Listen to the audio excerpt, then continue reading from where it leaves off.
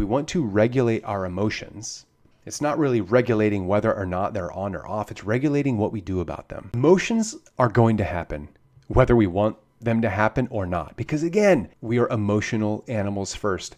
If you've ever read The Righteous Mind by Jonathan Haidt, he talks about this, about how we are emotional animals and then we are rational. He equates it to this emotional elephant, and then our rational mind is like this rider on top of the elephant.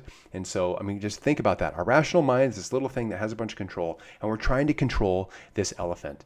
Now, there's two ways that we can regulate emotional reactions, at least two ways that work for me. One is creating space. Now, if you're familiar with Viktor Frankl, the guy who invented logotherapy, he wrote Man's Search for Meaning. He made this comment that between the time when something happens to us in our action, or in our reaction to it, there is space in between where we get to choose what our action is. Most of the time, something happens and we react and there is zero space.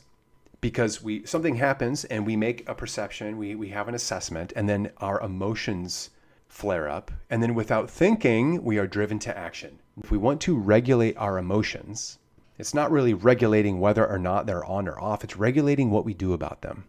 And so what we have to do, what works, is create space between when something happens and when you choose to act.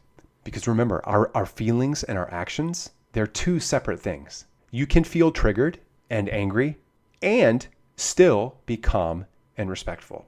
Now, this is really difficult to do, and it takes practice. So the next time you feel triggered, pause and label that emotion. The next time you feel fired up or emotionally triggered, pause, label it, think rationally, and then choose how you want to respond.